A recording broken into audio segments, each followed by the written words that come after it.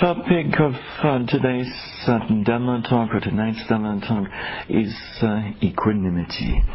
And since most of you have experienced equanimity as part of the imperfections of insight, so there's certain familiarity, and based on this, it's worth exploring, a number of other aspects concerning equanimity, and in particular to give you some idea how this equanimity then can also be practiced in one's daily life. Now, to start with the Dhammapada verse, namely verse 81, where the Buddha says in Pali, "Selo yatha ekaga no awatina na samirati, evam ninda pasamsa su na saminjanti pandita." So, you might not understand the meaning the meaning of this in English I won't deprive you of the English meaning.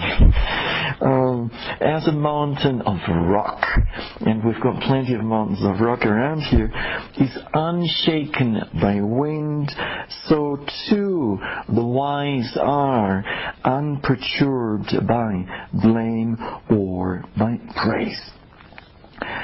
And so a mountain of rock, like the mountains we have around here, they are not unaffected, not influenced by the rain, by the wind, by snow, and by the heat of the sun. And so, as a meditator, we should try, or we could try to emulate such a mountain of rock. Now, to give you another illustration for equanimity, what equanimity is all about. Now, have you heard of a toy by the name of tumbling Kelly or a billiken? You know what this is? No? You have no idea? Well, these are English expressions. If I describe, you'll surely know what it is. So, it's a small toy that has narrow shape at the top, so kind of like a cylindrical shape, and then at the bottom it's kind of like this, like a half moon, and there's some heavy weight in the bottom of it. And this tumbling Kelly, usually it's decorated so it looks like a human being, and then you can push it over to one side, and what will it do? Huh? Oh, it will bounce back. It will go right back to center. There you go. And when you push it over to the other side, it will do what? It will fall over. It will not. It will again go back right to the center. And so, as a Vipassana meditator, we should be just like this tumbling Kelly or like Billiken. And so in the face of some desirable object, that we don't get into great elation, and in the face of some undesirable object, we don't end up sad or depressed. And even if there are a few moments of elation and sadness or so, very soon we'll find our center again, and then we're pretty unaffected by what's happening. Now, a person who perfected this quality of equanimity was the Buddha to be. And he did this, for instance, in his existence as the ascetic or the hermit Sumedha. And at one point in time, and this is many eons or many years, thousands, 100,000 of years ago, this Bodhisattva Sumedha admonished himself in the following way, namely, a pair of scales remains steady without tipping to one side or the other when poised by equal weights. Likewise, if you remain evenly balanced in mind when faced with happiness or suffering, you will attain the knowledge of the path and fruition and omniscience. And then, the hermit Sumedha admonished himself even further, and saying, Sumedha, this great earth shows no signs of love or hate towards all the things that are dumped upon it, whether they are clean or foul. Likewise, Sumedha, you should always remain composed, or if equable in heart, not being affected either by love or hate. Now, when you're accomplished in fulfilling the perfection of equanimity, you will attain the path and fruition and omniscience. So this is a passage that I found in Venerable Visitachara Biwamsa's book, The Chronicle of the Buddhas. And this sadhu was a very famous Burmese sadhu. He was the first to master, to memorize almost all of the Tipitaka. And so for a minimum of 40 volumes. And so with this thing, we have another illustration. The first one was the mountain of rock, and now the second one is the earth, Mother Earth, that is not complaining. Now, to give you a more recent illustration for a case of equanimity. It so happened that on October 5th, 1989, His Holiness the Dalai Lama was just in the midst of a conference. And it was a very small and personal conference that he was in together with a number of modern scientists. And the conference was organized by the so-called Mind and Life Institute. An institute that looks into issues concerning the mind, concerning life in general, and both from a Western as well as Eastern perspective. Now, the conference participants were just ready were readying themselves for the morning session when a telephone call came from Oslo, Norway. And the news was that His Holiness had just been appointed or just been selected to be the next Nobel Peace Prize winner. Now, upon this, His Holiness did not display any major emotion. And he just took this piece of news and went on with business as usual. And the conference proceeded. But when it came to to the scientists who were attending this conference, they were, or most of them, were pretty emotionally pretty agitated, and of course you can imagine overjoyous that their fellow participant, namely His Holiness the Dalai Lama, had just been awarded the Nobel Prize for Peace. And so this then brings across another particular aspect of the equanimity, namely that in the face of blame and praise, we remain balanced. The mind remains unaffected, unshaken, unperturbed. Now, equanimity is a quality that we need to develop during intensive practice, and then also to take into our daily life. And there are 8 conditions, worldly conditions, that characterize our life very much.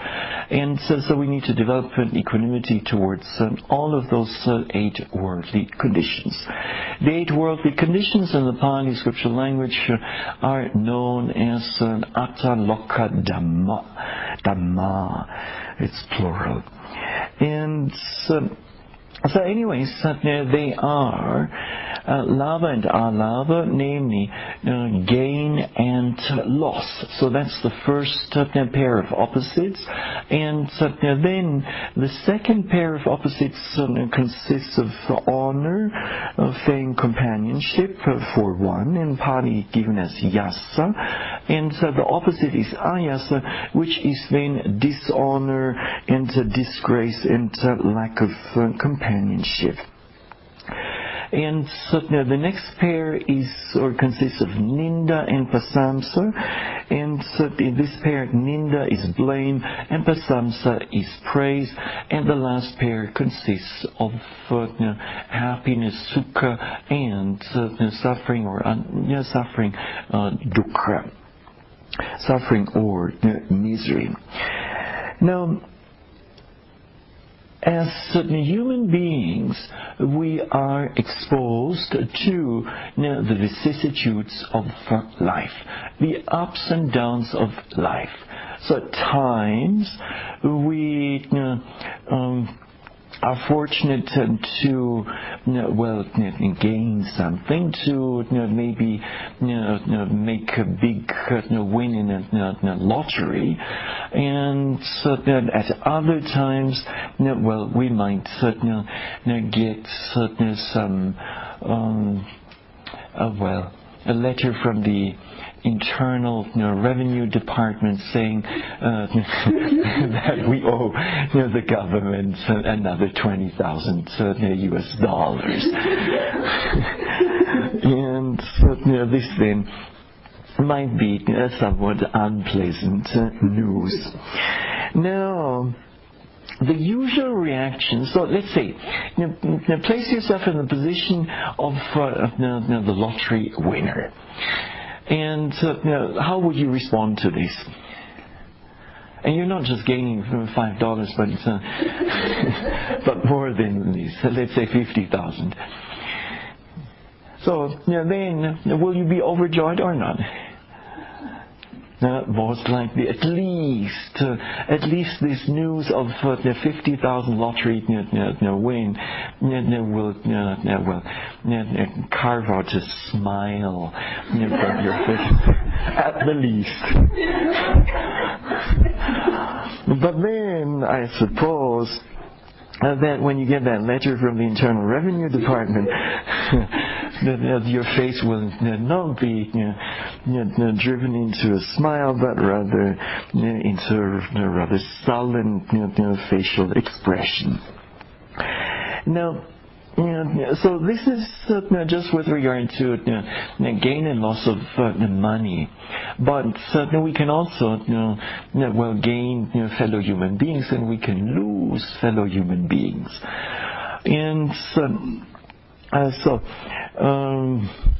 when this happens again and again, when we become first-time grandpa or first-time grandma, then we might be very happy about this. But then when we hear of the loss or the death of one of our maybe family members or a dear friend, then this news may affect us a lot. And so this then may in some cases even lead a person to shed many tears. So, in the face of this pair of opposites, the Buddha calls us to develop equanimity. Now, this is easily said and certainly difficult to do, I know. But meditation does help. Now, the second one is, honor and dishonor, or fame and disgrace and companionship versus or lack of companionship. Now, whatever it certainly may be, we should remain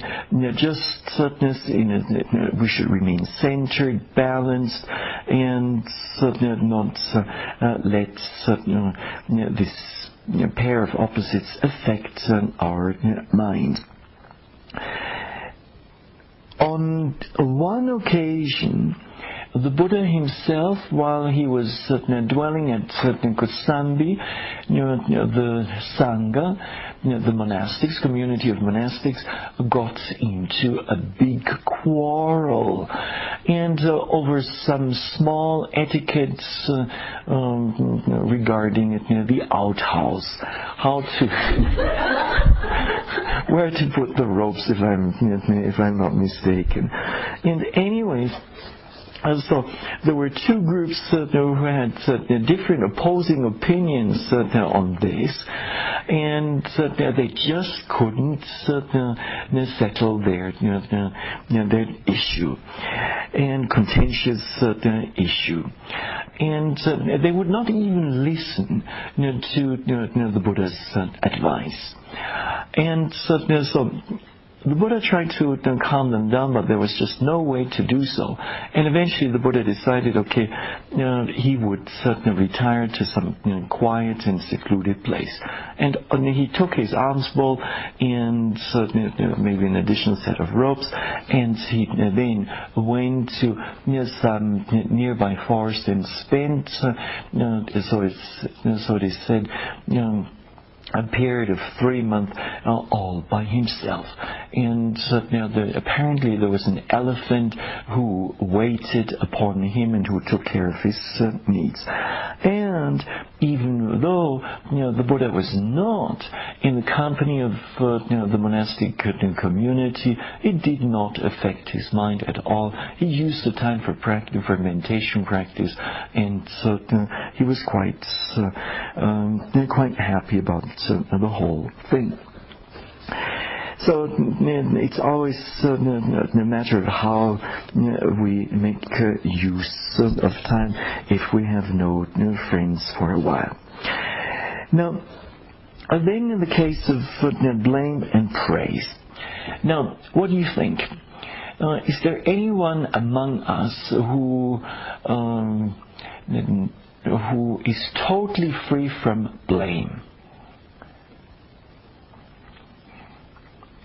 Is there anyone who's gone through life without never having been blamed? Chris? No, not you. And Alan, what about you? You neither? Oh, no. So, we can go. And what about the Buddha? The Buddha, being such a highly developed being who had gained omniscient knowledge, was he free from being blamed? He was not free from this either. And on one occasion, he was being accused of having caused pregnancy in a woman who intentionally who was hired and then asked to to hover around where the Buddha was dwelling, so as to and create the impression that she was his lover. And on a second occasion, again, some people who were jealous of the Buddha tried to accused him of having murdered a person. And so, of course, this was not the case, and the Buddha, in the face of both of these accusations, remained entirely detached and centered and balanced. And Ananda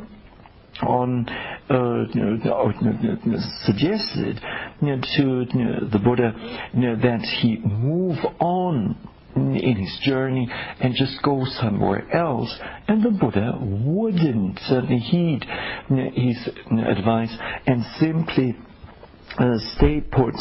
And he retorted to Ananda that all of these accusations would die down in 7 days, and this is indeed what happened. Now, Sukha Dukkha is the fourth and last pair of opposites of worldly conditions, and you must be very well familiar with them in your meditation practice. So, having undergone plenty of physical dukkha and also plenty of mental dukkha, coming in various kinds of mental states, difficult mental states, but then on the other hand, also experiencing some wholesome mental states and pleasant bodily sensations.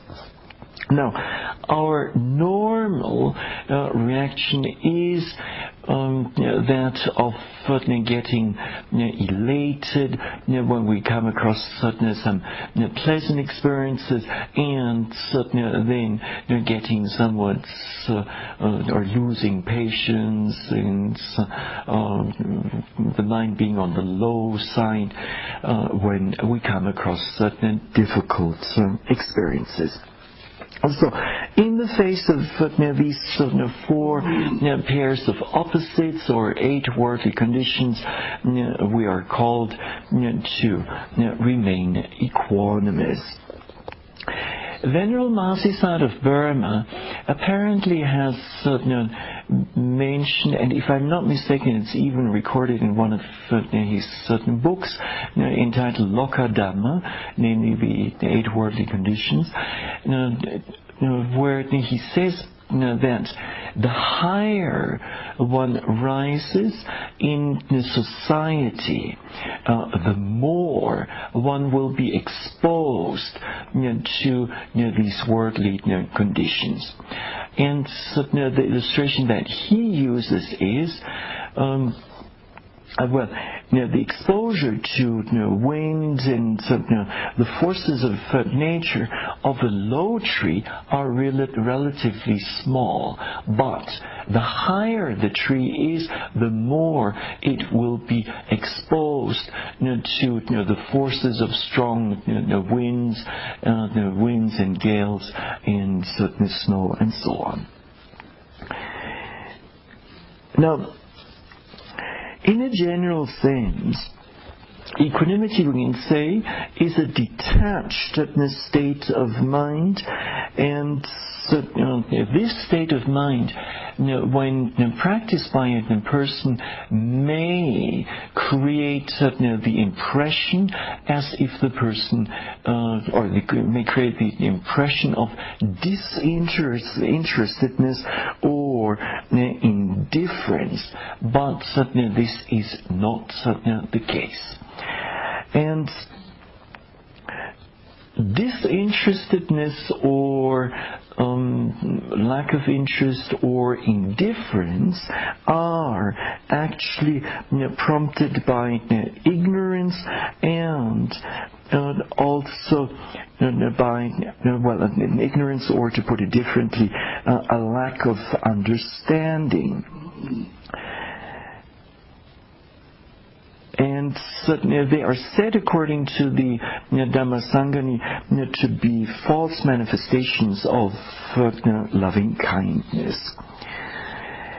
Now, equanimity is an intelligent way of responding to the ups and downs of life, and making good use of mindfulness and clear comprehension.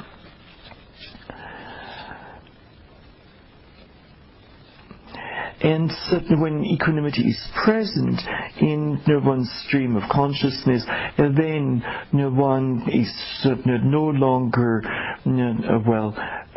bent up or bent down by aversion or flattery. Now, to gain a better understanding of equanimity, let us look at some synonyms. And there are actually quite a number of them around. So, instead of equanimity, we can say detachment. We can also use the word equipoise. And can you think of other terms that would be, other synonymous terms that would be relevant? Balance. Balance, yes, is correct. Balance of mind. And what else?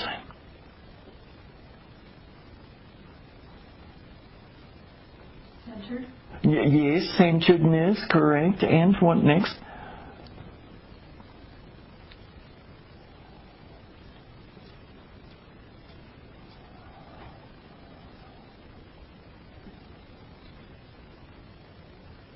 Well, what about neutrality? Neutrality of mind. And then neutrality of mind versus people is known by which name? Or by which word? Well, there's partiality, and then we have impartiality. And then, as mentioned during the interviews once in a while, there's the non-reactivity of the mind. So the mind not responding to pleasant or desirable or undesirable objects. And then also we can call it the unshakability of the mind. Now, literally, the term, one of the Pali terms for equanimity is tatra majjhatthata, and this term means the state there in the middle. And so wait a minute. Shwe Zan Aung. As a Burmese scholar who studied in Scotland, if I'm not mistaken, around the turn of the century, last century, he described it as the 0 point between the extremes, such as greed and hatred, or craving and aversion.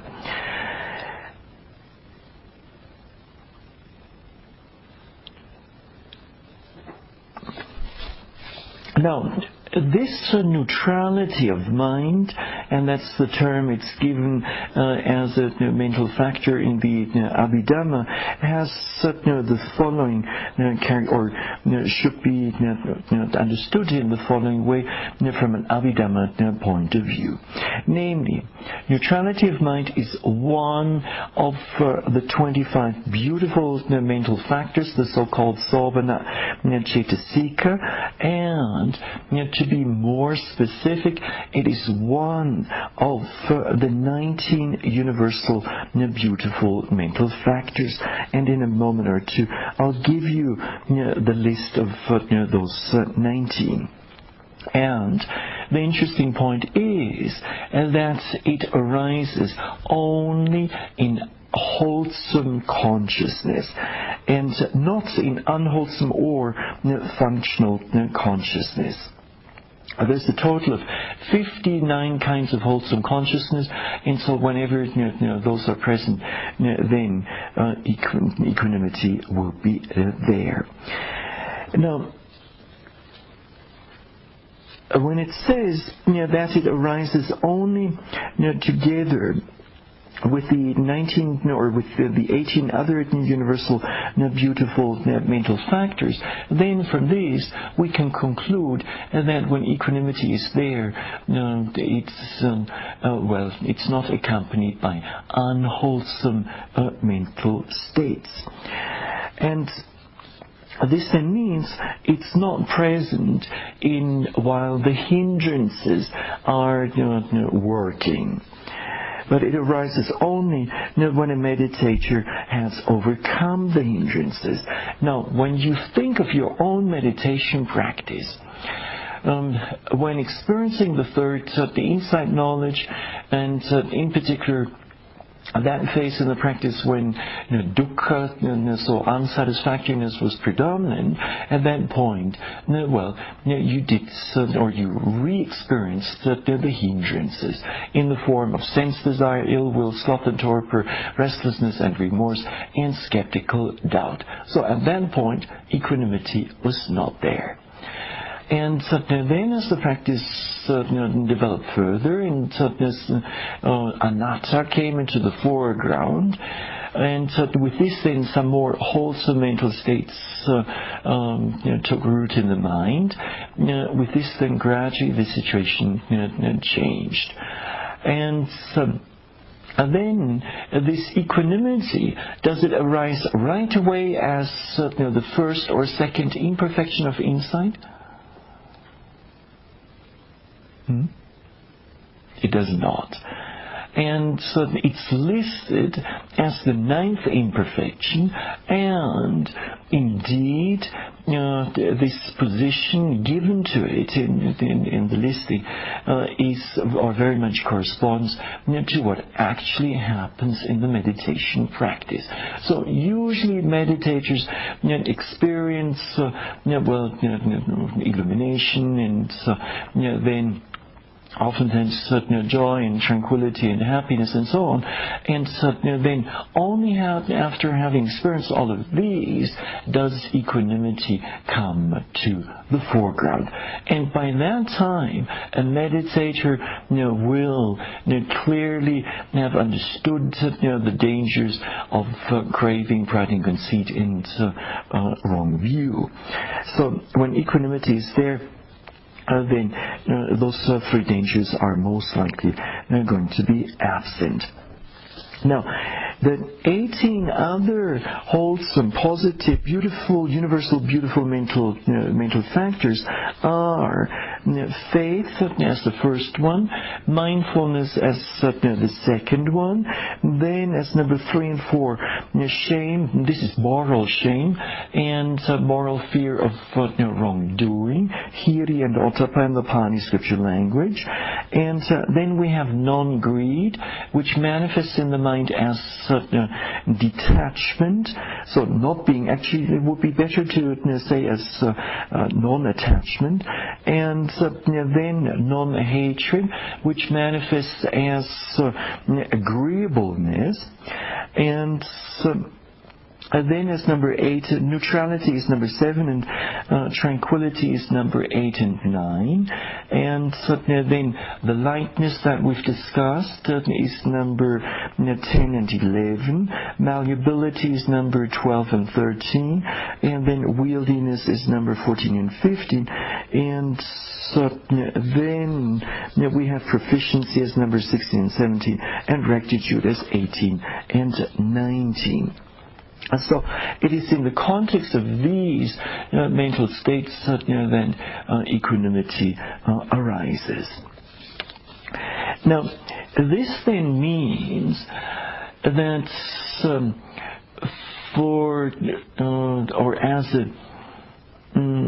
as a meditator at home or during daily life, when the practice isn't all that advanced, will it be easy to develop equanimity? Let's say in the face of some difficulty, it will not be that easy. However, good one can try. Now, this neutrality of mind to non-meditators or beginning meditators is a mental state that is not easily understood. And the reason simply lies in the fact that it's barely shows. And however, during intensive practice, it gradually then arises and comes to prominence, and with this the meditator gains a certain understanding of it, and gains or tastes it in a way. Now, this neutrality of mind or balance of mind represents a state of strong mental health. And it is a mind that is not affected by the ups and downs of life. And we could certainly define mental health as absence of some mental illness, and secondly as certain presence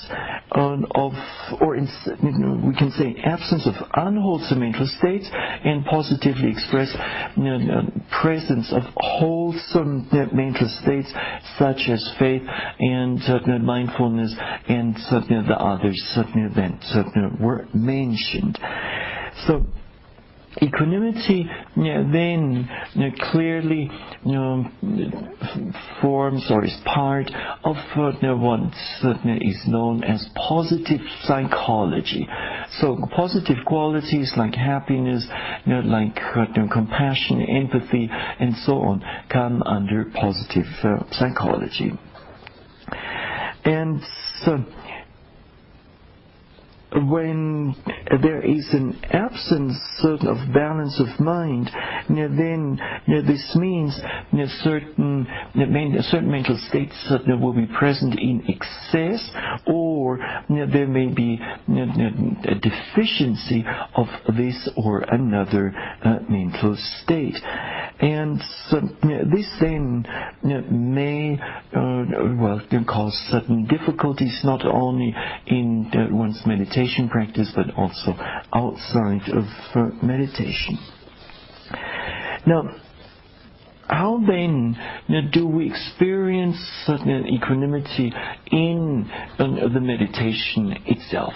Yesterday we covered the last imperfections, and equanimity was the second last one to be mentioned, and it was certainly given as two things, namely equanimity in insight, tatra majjhattata, which is the same thing as that neutrality of mind, and then what next?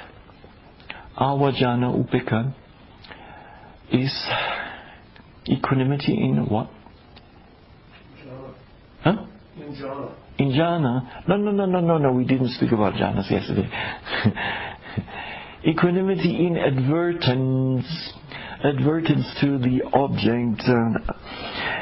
And so So that's one or two aspects how a meditator might experience equanimity. And so just to repeat, equanimity in insight is neutrality towards objects. One is no longer swayed by them. One no longer gets fascinated by some object that arises simply because one has observed it already thousands, if not more times. Just think of your wandering mind.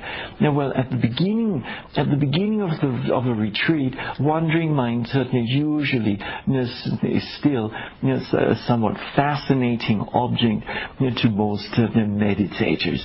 However, after maybe 10 days or 15 days of intensive practice, will you still be too interested or fascinated with wandering mind? Not really, at least less. Now, the Visuddhimagga, the Patisambhida Magga, the path of discrimination, but also, and based on this, the Visuddhimagga, the path of purification, speaks of 10 kinds of equanimity that occur in various kinds of meditation or forms of meditate or in the meditation practice. So among them, we have what is known as Chalang Upeka, six-factored equanimity. Then there is equanimity as a divine abiding, Brahmavihara Upeka. Then we have equanimity as an enlightenment factor, Bojang Upeka. Then we have equanimity as equanimity of energy, Viri Upeka.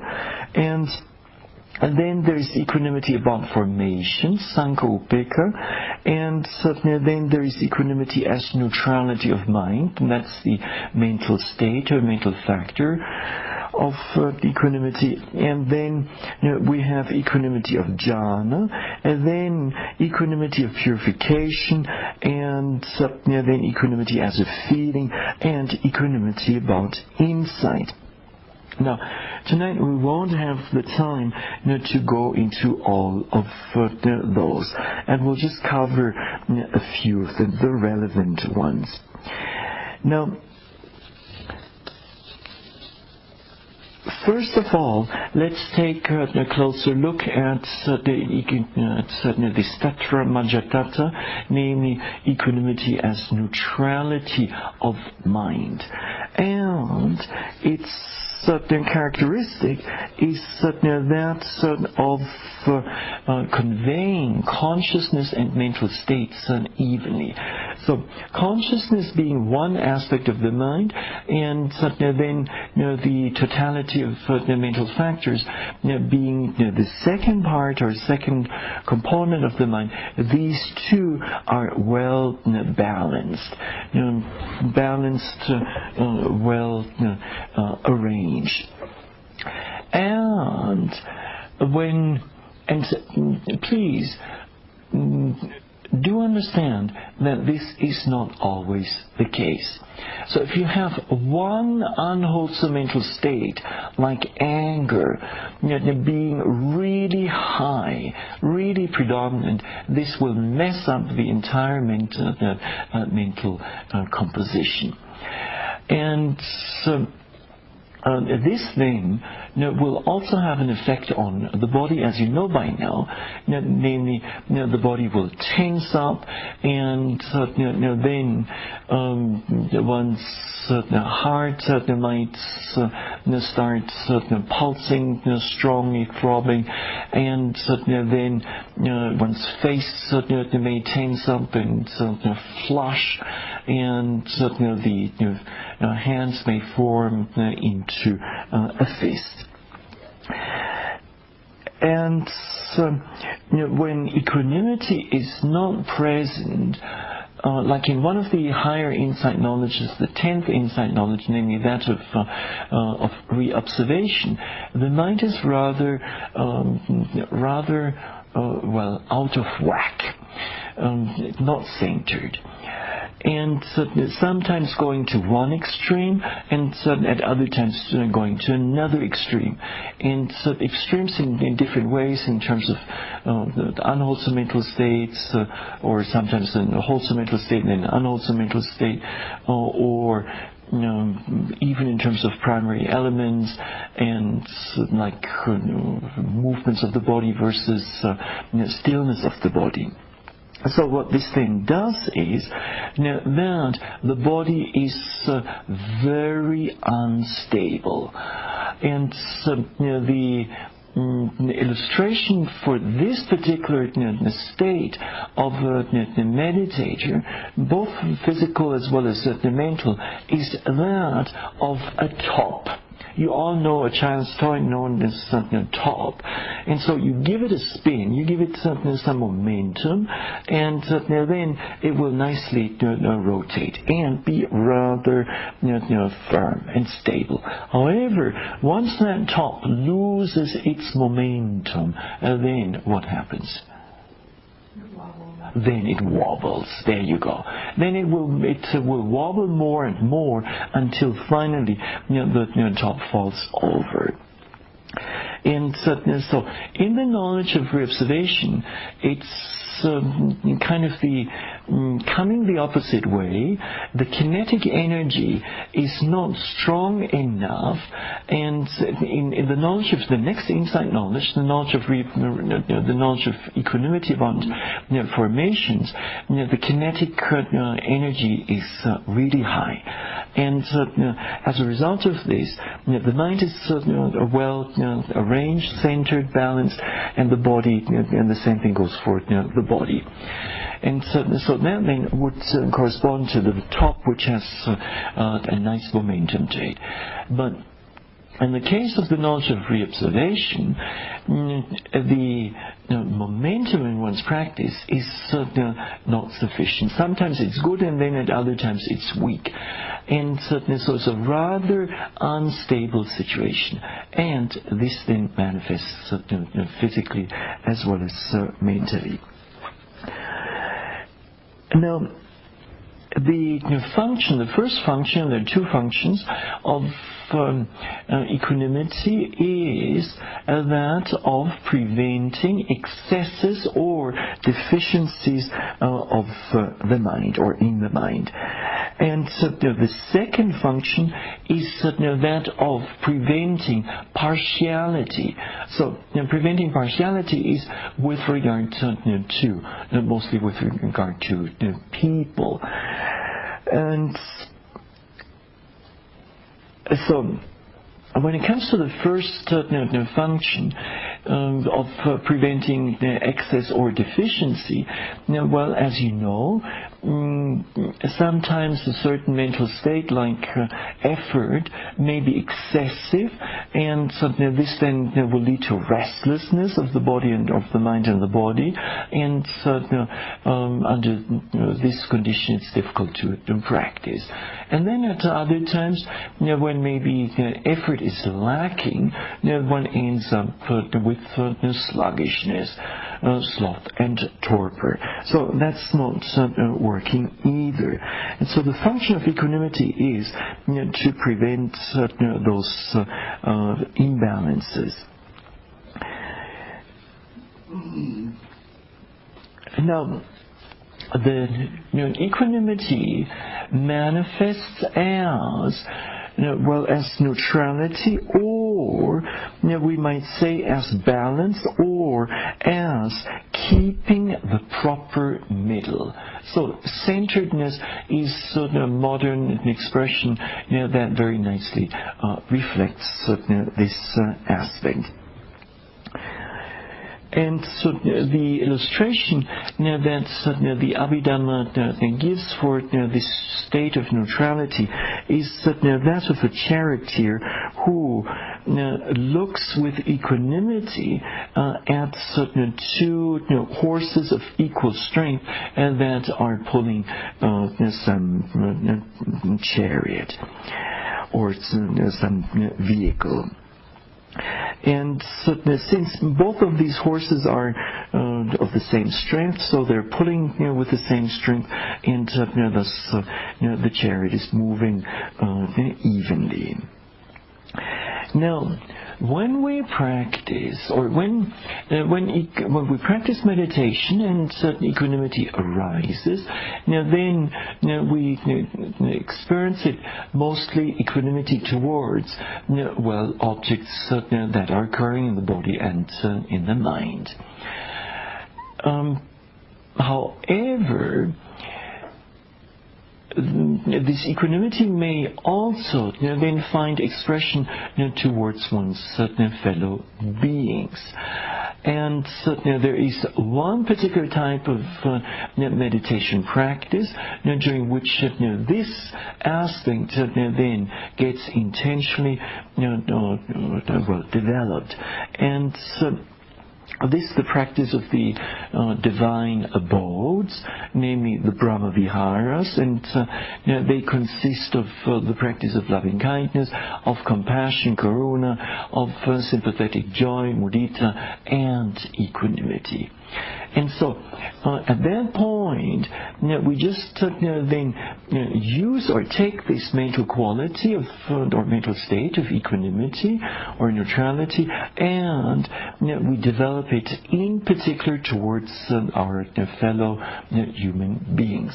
And so, under or with the thought or reflection in the mind that in the end all beings are the owners or the heirs of their own deeds.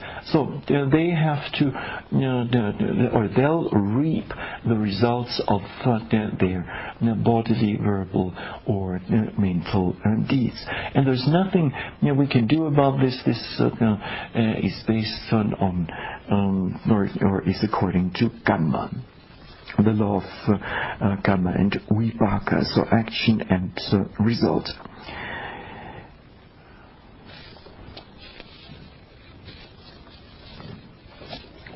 Now, an illustration or before I give you an illustration, when it comes to this practice of the Brahma Viharas, then in this context there is equanimity, as mentioned, and this kind of equanimity then is known as Brahma Vihar Upeka. And when it comes to the first three kinds of divine abodes, namely loving kindness, compassion, and then sympathetic joy, some concern is there with the person towards one, directs one's loving kindness, compassion, and sympathetic joy. This concern is known, concern or exertion is known in Pali as vyapara. And so you take a personal kind of interest in the fate of that other person. And so there's a certain interest invested. And you feel, so to speak, with the other person. Now, in the case of equanimity, this changes, and the vyapara, that certain concern for the other person, drops away, and the mind assumes more of an calm and neutral state. And the reason for this simply lies in the realization that that others or the other person is, like I said earlier on, the owner of his or her deeds, and there's simply nothing that we can do there. However, when equanimity arises, or intentionally one develops it towards another person after having practiced loving kindness, compassion, and sympathetic joy towards this other person, does this mean one throws the other person out of one's heart? Does it mean this? It does not mean this. Yes, correct. And it has to be understood more like in the sense you try your best to accommodate the needs of another person, whatever those needs may be. And if all of your good endeavor to help doesn't really lead to any positive result, it's at that point that you practice equanimity or detachment. And then you just accept the situation for what it is. You don't want it to be otherwise, and you don't lose your loving kindness towards the other person, nor the compassion, nor the sympathetic joy. And you're just waiting for maybe conditions to change, or for some better time when the other who is maybe suffering or so is ready to accept your help or advice or whatever. Now, this is an important aspect, especially in teaching others.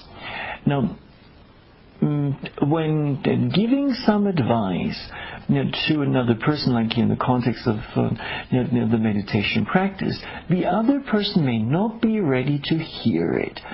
And so you may repeat the instruction once and twice and thrice, and the other person just doesn't get it. In this case, it will be best to then, from a teacher's point of view, just to assume an attitude of equanimity, and then just wait. And wait until the person maybe deepens his or her practice somewhat more, and then has some personal interest in hearing those instructions. And then the advice will fall on good ground, well-prepared ground. Now, the text gives a nice illustration for these four divine abodes. And so the illustration is as follows. A mother has 4 daughters. And so the text say 4 sons, but please notice I've changed to daughters.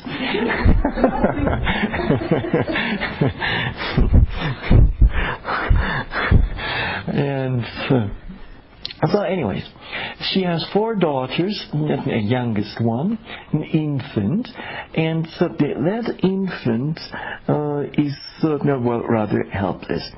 And then the second youngest one is somewhat sick. And the third daughter, the third oldest daughter, second oldest daughter, and this one is better. That daughter is kind of standing on her own feet and manages to get by, and the oldest daughter is well off, has a good job, and is well respected or well taken care of in every sense. Now, the mother, towards her infant daughter, will have a relationship of loving kindness. And so she will feel much loving kindness towards her infant daughter. And towards her second youngest daughter, who is sick and needs help, she will feel predominantly compassion, wanting to relieve her second youngest daughter of the illness. And in the first case, there's a wish in the context of metta. She will wish for the welfare and happiness of the youngest daughter. Now, as for the second oldest daughter, who's somewhat independent, the mother rejoices in her daughter's independence and ability to get by. And with regard to her oldest daughter, she knows, that daughter, she knows how to get by in this world, and she's well established in society, has a good job and family and so on. So there's no need to be concerned at all. And so towards her, the mother assumes an attitude of equanimity. So it's not that she's thrown the oldest daughter out of her heart. It's just conditions are such that she doesn't have to be concerned. She doesn't have to worry about the oldest daughter. Now, this equanimity, in particular in its form of neutrality of mind, is a quality that is best developed in what class of people? Who knows? If we accept the Buddha, then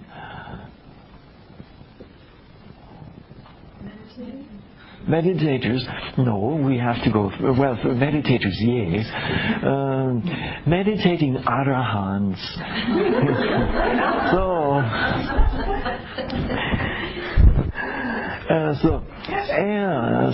as a meditator, sooner or later, if one is very lucky, one turns into an arahant, and as an arahant, equanimity is said to be most developed.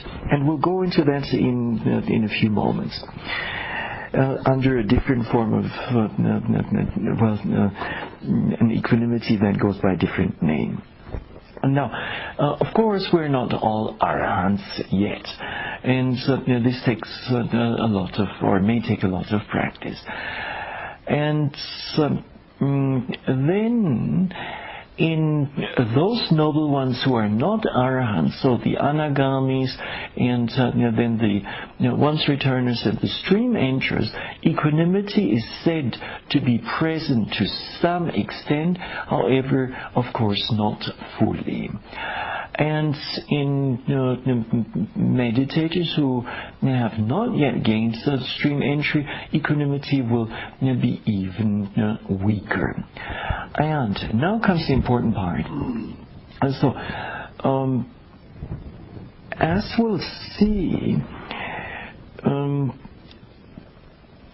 mindful, as we've seen already, equanimity is accompanied by wholesome mental states.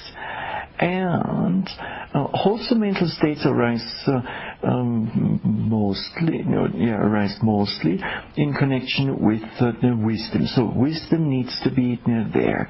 Wisdom needs to be there. Mindfulness needs to be there, and the hindrances need to be absent.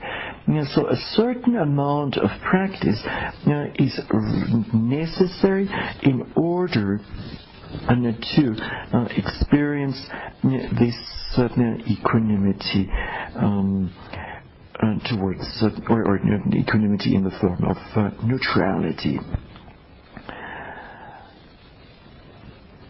Now, the last form of equanimity we'll talk about tonight is that of chalang upeka.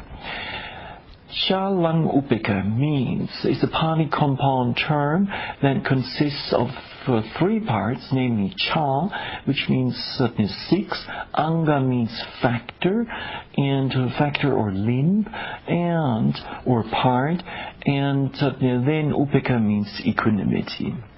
So it's the six-factored equanimity.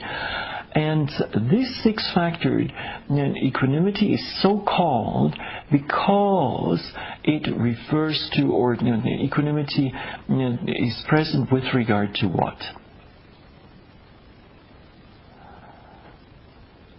Senses. Yes, indeed. The senses, and we have how many senses? Six senses. So it's valid with regard to the six senses, six sense doors.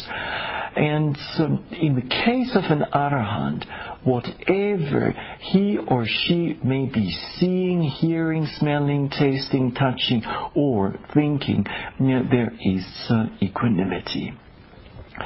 And so even if an arahant certainly sees the most undesirable object, he or she will not react to this. Or even if an arahant certainly sees a highly desirable object, the person will not certainly get carried away by it or then gets elated by it. Now, to achieve the state of total equanimity with regard to all of the six sense doors takes a lot of practice. And however, in the 11th insight knowledge, namely the knowledge of equanimity about formations, at least we get a taste of what this means. And it is during this particular phase in the meditation practice where equanimity gets gradually stronger and stronger and stronger, and then no matter what object one comes across at the six sense doors, the mind remains relatively equanimous. It's not a perfect state though, and so there are ups and downs to it. So sometimes the equanimity is there, and at other times the momentum is lost.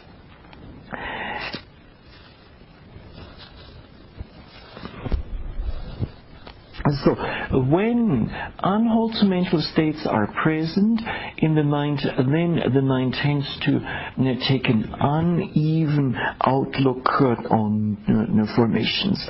Asamakkana is the Pali term for this. Now, the state that's the way equanimity is described in the text is as follows, namely, upeka kocha viharati satocha sampajano, which means he or she dwells in equanimity, mindful and clearly comprehending. And this statement from the Anguttara Nikaya 3, 279 then gets further explained as Chakuna Rupam Diswa Neva Sumano Hotu Na Dumano Upeka Ko Viharati Sato Sampajano. Now the meaning of this is here or in on seeing an object, one is neither glad nor sad, and on seeing an object with the eyes, one is neither glad nor sad. One dwells in equanimity, mindful and clearly comprehending. Now, a reference is here to the eyes, but of course the same thing then also goes for hearing objects and with the ears and so on. And so when it comes to dwelling with equanimity, it requires, according to this statement from the Anguttara Nikaya, it requires the presence of mindfulness and clear comprehension. And so it is for this reason that when a meditator's practice moves into the higher insight knowledge is that the instruction during the interviews has to be given, continued or try to even further improve the quality of your mindfulness, and in particular the continuity of it. Sometimes meditators think when the equanimity starts arising, that they can kind of slacken off and take it easy. Not so at all. And the even greater mindfulness and restraint of the senses is necessary.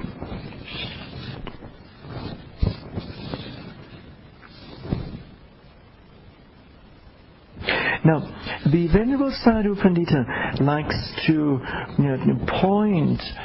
point out that when equanimity is present in one's mind, and then with this one gains what he calls spiritual stamina or spiritual resilience or resistance.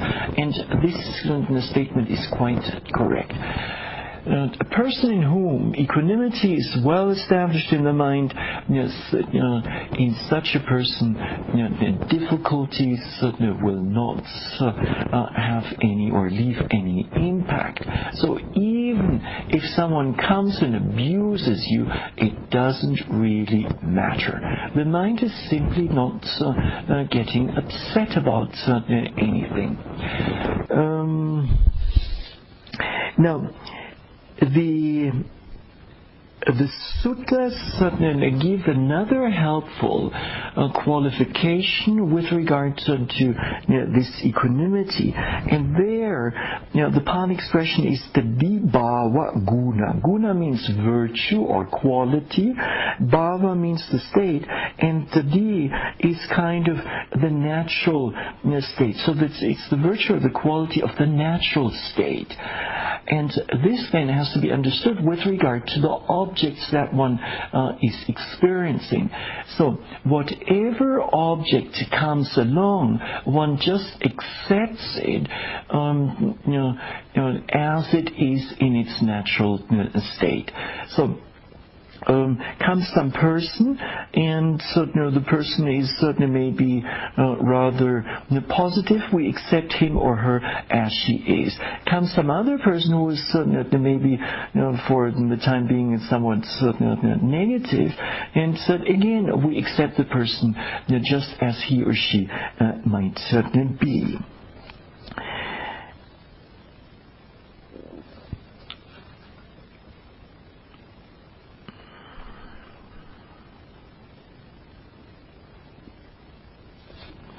So, we don't try to, when equanimity is present, we don't try to change the situation in any way, and we just accommodate it and live with it.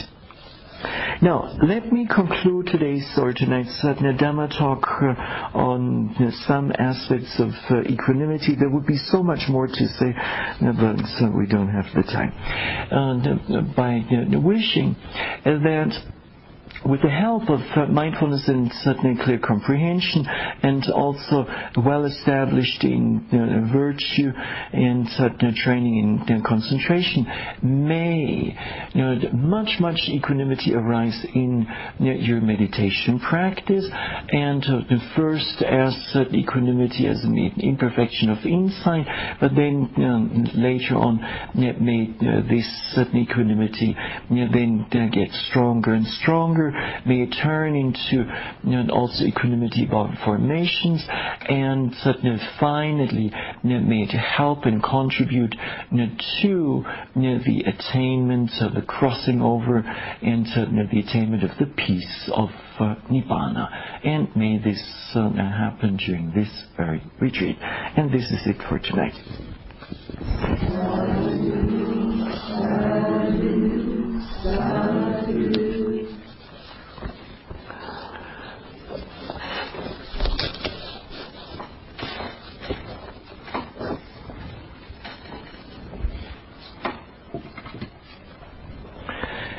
Now, let's hear your questions, if there are any.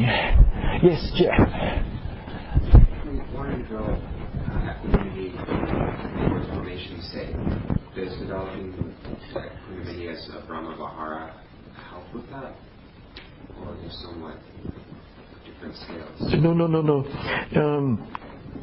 In essence, developing equanimity in the meditation practice and developing equanimity as a Brahma Vihara amounts to the same thing. It's this same mental state that lies behind it, namely neutrality of mind, tatra majjhatthata. So, doing the Vipassana practice and developing equanimity will help for the Brahma Vihara practice, and vice versa. Developing equanimity as a Brahma Vihara or form Brahma Vihara practice, this will help for the development of equanimity as part of the insight meditation. So it's basically the same. It's just when it comes to the Brahma Viharas, it's directed towards one's fellow beings. And so one assumes an impartial attitude.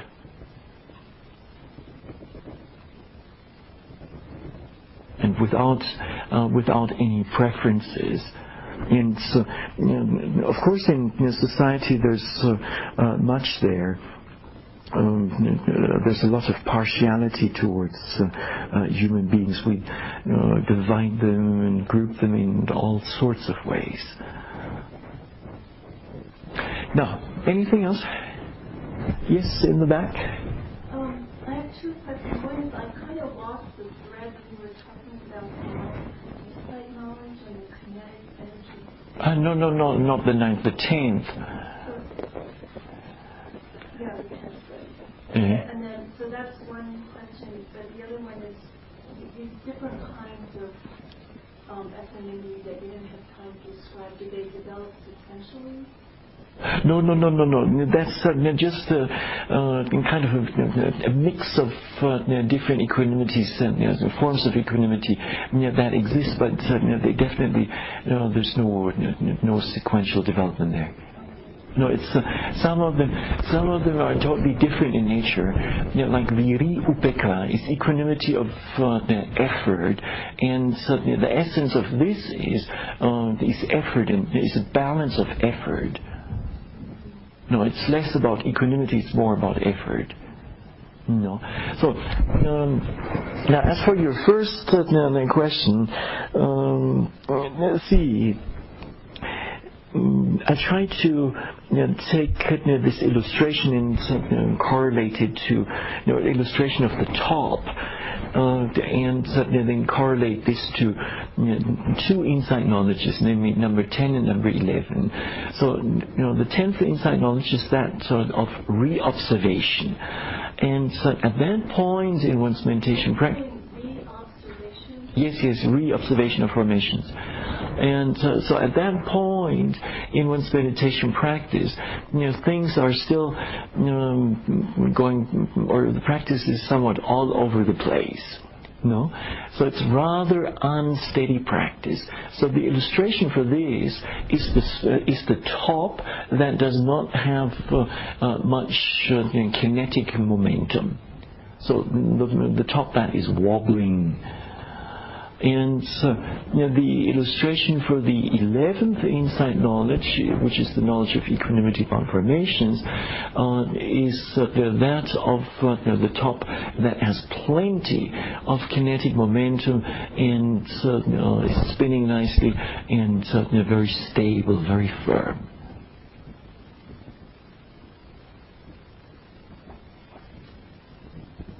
So, are you clear now? Clear enough. So not really 100% clear though. And the problem, there is a certain mismatch with the illustration of the two insight knowledges. See, for the top, it works the other way around. First, it has maximum kinetic momentum, and thus it's not wobbling. But then later on, it starts wobbling as it loses its momentum. But when it comes to the Vipassana practice, it's vice versa. It works in a different direction. So it's a development from not sufficient momentum in one's practice to a sufficient level of momentum. Yes? Yes, in the back? When the Buddha left his home, yes, and his wife and his children, yes, he must have been blamed. I know you spoke earlier in your talk this evening about blame. Yes, right. How did he deal with being blamed? Oh, this is certainly a good point.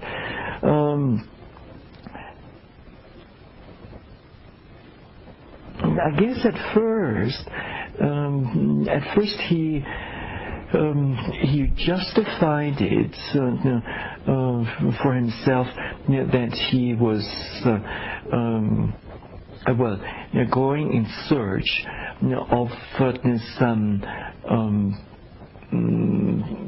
some highly valuable thing or very important issue, and also knowing very well that from a pragmatic or mundane point of view, his wife and his newly born son Rahula were well taken care of. So they were living in a palace, royal palace in Prince Siddhartha's parents were there to take care of his wife and son. And so that's one point. And he then later on he did get and he got invited to come back to the royal palace in Kapilavatthu, which is not too far from Lumbini in Nepal, and then he followed this invitation, and then he taught Dhamma, and thus gradually managed to convince many of his relatives. And now let me see.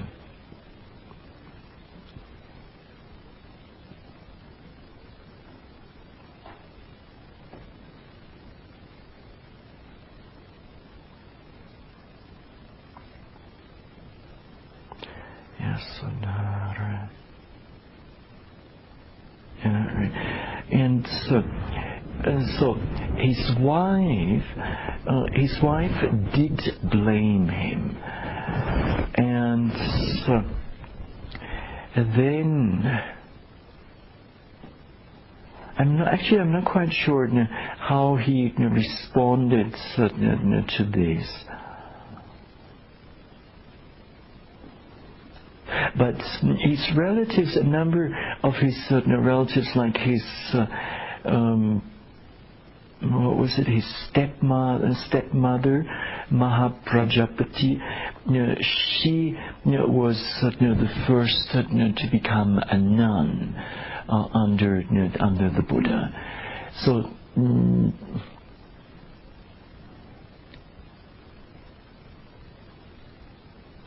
it's basically, the Buddha, responded just in a Dhamma way, and then gradually convincing his relatives, including his own father, and convincing them of the Dhamma and thus solving it. In the case of Rahula, his son,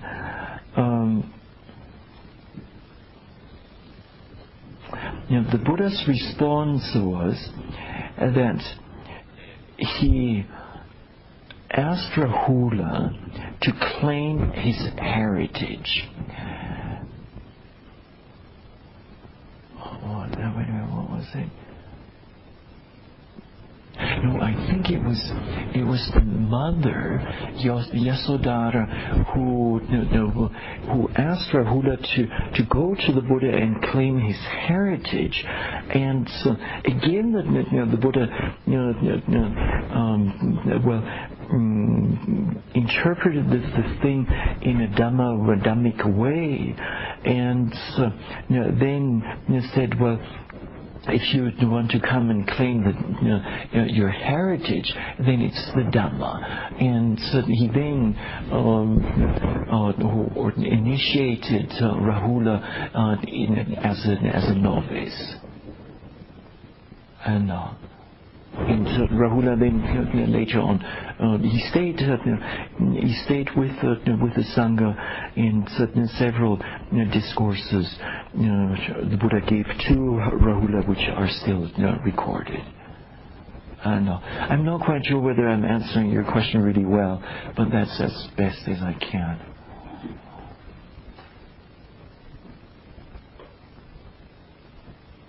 It's definitely not that the Buddha would certainly get upset about being blamed. No.